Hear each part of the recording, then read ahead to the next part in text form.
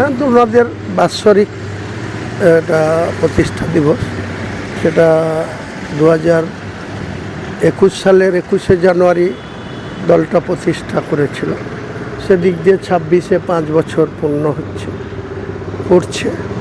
তো আমি এই দলের সাফল্য কামনা করব, যাতে আগামী দিনে বাংলার মানুষের কাছে তাদের এই বাৎসরিক উদযাপনের দিনে বাংলার মানুষ তাদের আশীর্বাদ করে, পাশে থাকে। যে কোনো রাজনৈতিক দলের যেদিন প্রতিষ্ঠা পায় সেই দিনটি অনেক ভালোভাবে উদযাপন করা হয়, ওনাদের ক্ষেত্রেও সেটা হোক, এটাই বলবো আর কি। কিন্তু আপনি কয়েকদিন পূর্বে আইএসএফের বিধায়ক নওশাদ সিদ্দিকীর বিরুদ্ধে অভিযোগ করেছেন যে তিনি সাকিব দলের সঙ্গে ঘনিষ্ঠ আছে, কিন্তু এই কথাটার পরিপ্রেক্ষিতে নওশাদ সিদ্দিকী বলছেন যে কী ঘনিষ্ঠ আছে তারা সেটা প্রমাণ করে। আমার অত দায়িত্বর মধ্যে পড়ে না। যখন রাস্তা খোলা আছে তাদের সঙ্গে জোটসঙ্গী হয়ে বাংলার যে শাসক দল তাদেরকে ক্ষমতাচ্যুত করা, যতক্ষণ পর্যন্ত সেটা অব্যাহত থাকবে আমি এসব নিয়ে কোনো কাদা ছোড়াছুড়ি করতে চাই না। যখন সময় আসবে, যদি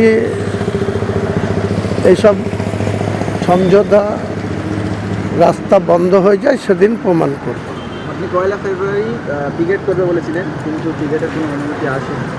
কিন্তু ব্রিগেডের এনওসি দেয়নি। তার জন্য মুর্শিদাবাদের, যেখানে আমরা 22শে ডিসেম্বর আমাদের দলের প্রথম দল গঠন করা বা দলকে প্রতিষ্ঠা করার যেখানে করেছিলাম, সেই জমির উপরেই ব্রিগেডে 10 লক্ষ বলেছিলাম, ওখানে 10 লক্ষ মানুষ নিয়ে সভা করব। এটাই আগামী দিনে 31শে জানুয়ারি শনিবার ঠিক বেলা 1টার সময় আপনাদের ক্যামেরা ওখানে রাখবেন, বুঝতে পারবেন যে বাংলার মানুষ কার সঙ্গে আছে। আপনারা অনেকে বলছেন যে আপনাদের দলটা মুর্শিদাবাদ কেন্দ্রিক, এটা কি মুর্শিদাবাদ কেন্দ্রিক না পশ্চিমবঙ্গের? কে বলছে? কারণ অনেক জায়গায় আছে যে শুধু মুর্শিদাবাদ নিয়ে।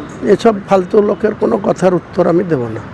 কে কি বলল তাতে হুমায়ুন কবিরের কিছু যায় আসে না।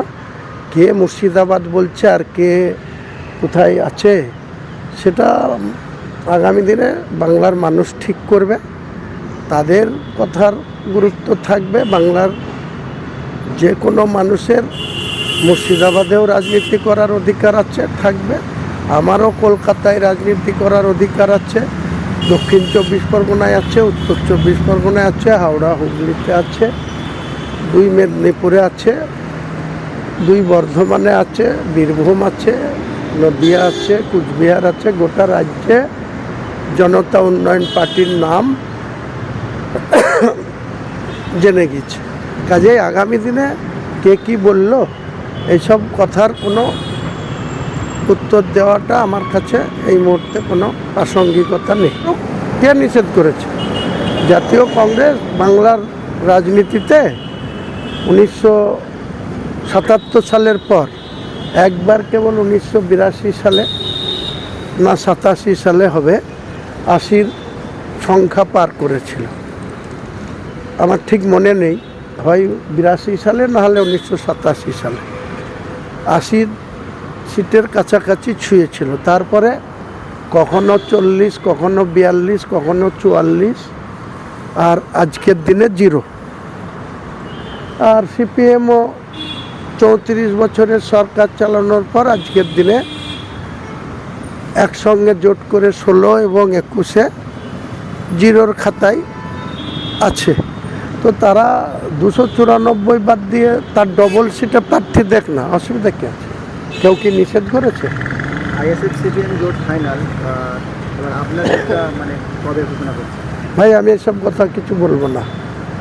আমি তো আগেই বলছি, জোট হলে হবে, না হলে জনতা উন্নয়ন পার্টি, বারবার একই কথা বলার দরকার নাই। আমি দল মানুষের সামনে রেখেছি, আমার দল জোট হলেও লড়বে, জোটবদ্ধভাবে লড়বে, জোট না হলেও 182 সিটে প্রার্থী দেবে।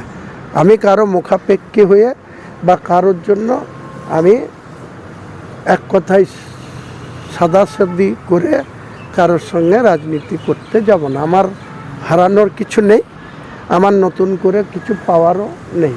বাংলার মানুষের কাছে আবেদন করব, বাংলার মানুষের কাছে বক্তব্য রাখব, বাংলার মানুষের কাছে আমাদের ইলেকশনের এজেন্ডা